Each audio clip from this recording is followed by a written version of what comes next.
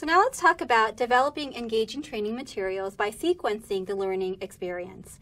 Hopefully by this time you've designed your course by identifying objectives, creating your assessment, and outlining your course content so that it matches up with your assessment to hopefully help people achieve the objectives that you've identified.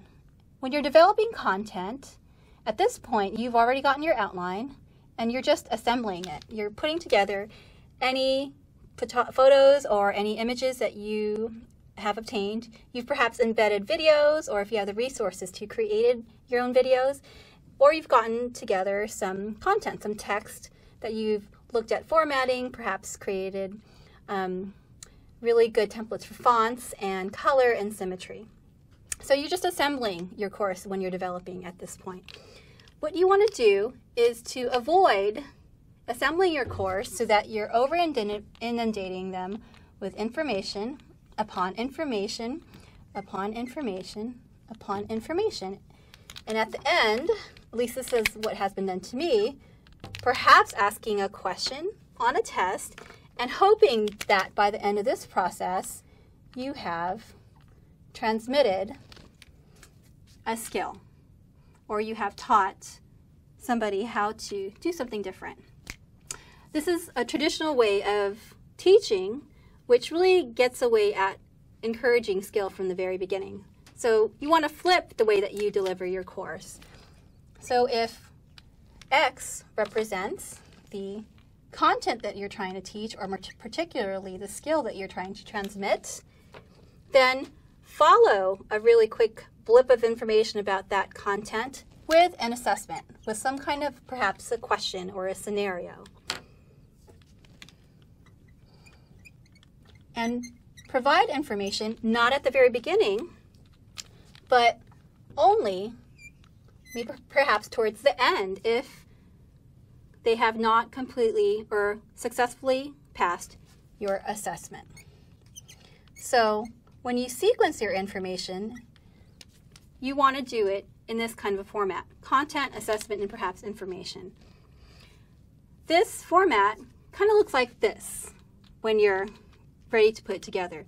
You have some information perhaps about X that you provide an assessment question for, and based on how people respond to that assessment, you provide a little bit of information before you move on to the next piece of content, and you follow the same pattern.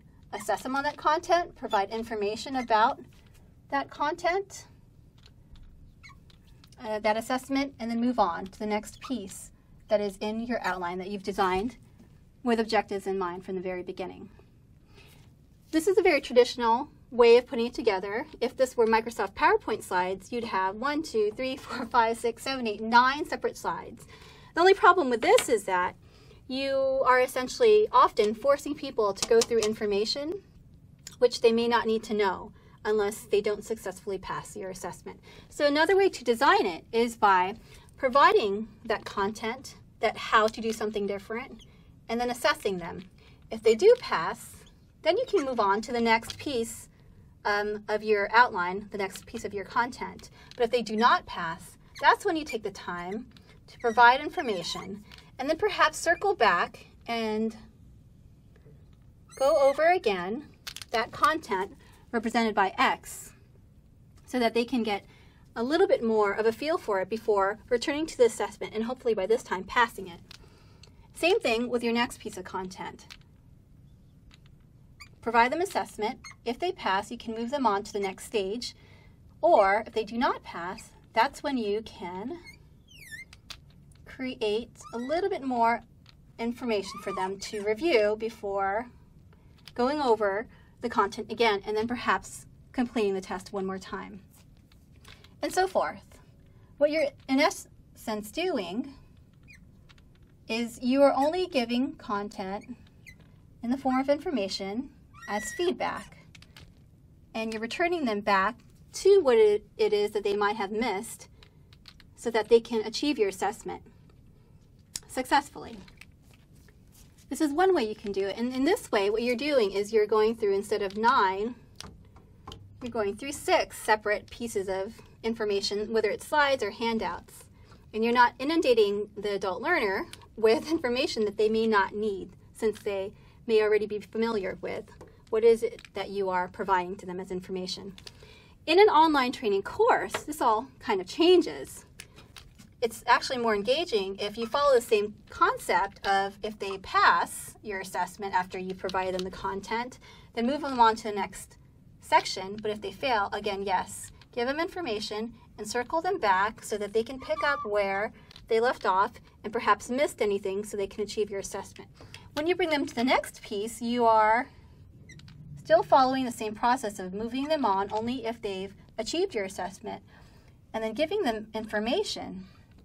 But instead of giving them information and circling them back to whatever it is that they just missed on your assessment, in an online training course, it might be more engaging if you return them back, not 1 step, but perhaps 2 steps back, so that they have to almost start all over again, repeat the content that even if they passed, they need to reassess before moving on, get familiar with a new concept, pick it up, and then get to your assessment. So goes the same with the next piece of information. If they pass, you can move them on, perhaps end the course, but if they fail, another strategy is to return them all the way back to the very beginning. And it may seem frustrating for an individual who has already achieved a certain level of skill to have to start all over again if they fail something towards the end of your course. However, it also is a way to encourage incremental knowledge acquisition. The mind can only acquire so much at a time. In smaller pieces, it does better at remembering things. And if you've ever played a game or certainly a video course online even, they do this often. If you do not successfully pass any stage of what they're trying to have you do, you almost start from the beginning, losing lives in some places and gaining them in others. But simply by repeating those areas that you might have already been familiar with, you get better and you become, in essence, an expert at some of the content. So that is how you can develop engaging training by sequencing the learning experience.